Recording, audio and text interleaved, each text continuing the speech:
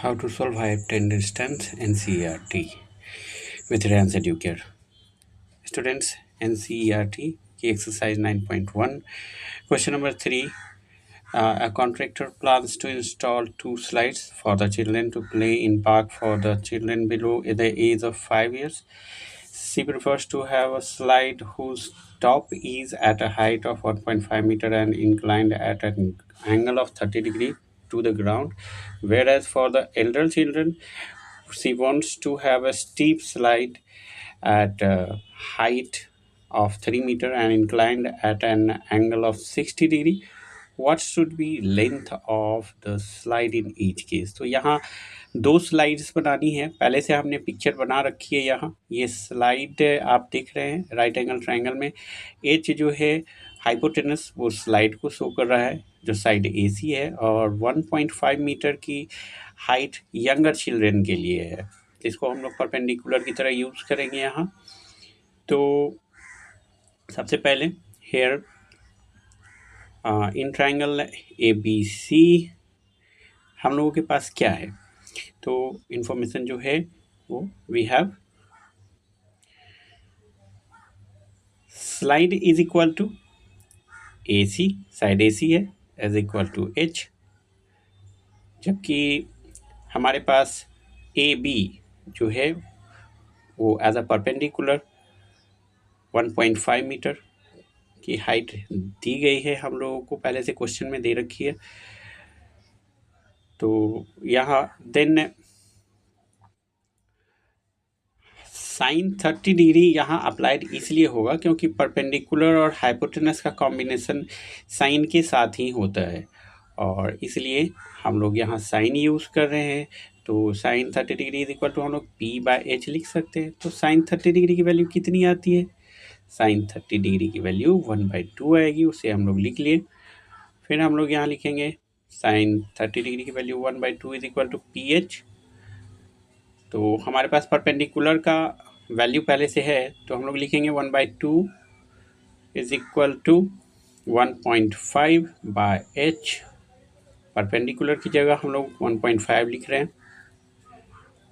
तो h is equal to क्या हो जाएगा? क्रॉस मल्टीप्लायर हम लोग करेंगे तो हमारे पास h is equal to 1.5 into 2 is equal to 3 metre, यानी कि इस स्लाइड की हाइट हो गई 3 मीटर की, सॉरी लेंथ 3 मीटर की हो गई। अभी दूसरा वाला स्लाइड जो है फॉर एल्डर चिल्ड्रेन, उसको हम लोग ट्रायंगल PQR से ले रहे हैं, जहाँ h इज इक्वल टू क्या हो गई?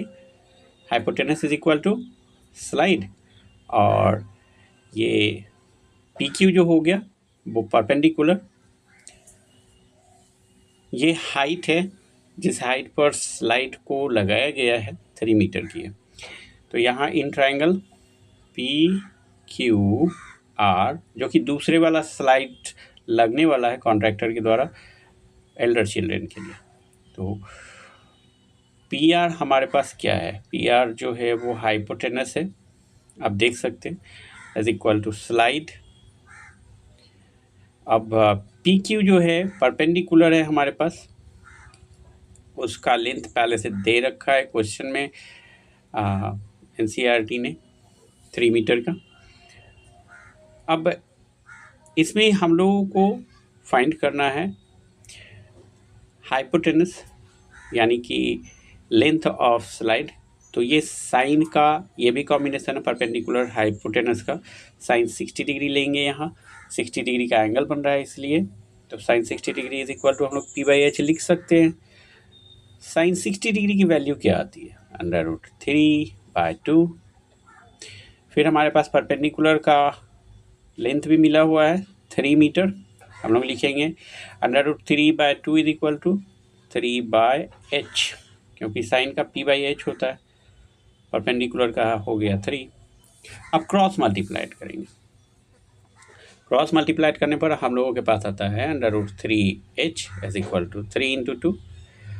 तो √3h इज इक्वल टू 3 2 जा 6 हो गया। फिर h इज इक्वल टू क्या हो जाएगा?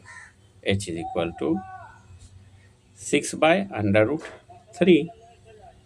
अब इसको हम लोग क्या करेंगे? रेशनलाइज करेंगे डिनोमिनेटर को, ठीक है। तो रेशनलाइज करने पर हम लोगों के पास क्या आएगा, हम लोग इसको 6 को और √3 को √3 से मल्टीप्लाई कर लेंगे, ठीक है ना। तो ये रेशनलाइज हो जाएगा। फिर हमारे पास क्या आता है, 6 √3 और √3 मल्टीप्लाई करने पर 3 आ गया, और 3 से हम लोग 6 को कैंसिल कर देंगे, 2 टाइम हमारे पास आता है। Therefore h is equal to 2 √3 metre. So required length जो है दोनों स्लाइड्स की, छोटे बच्चों वाले और एल्डर चिल्ड्रन की, वो है छोटे बच्चों वालों के लिए जो है वो है 3 मीटर, और फॉर एल्डर चिल्ड्रन हम लोगों के पास आया है जो लेंथ वो है 2 √3 metre. Thank you. Please subscribe my channel for more videos. Thank you.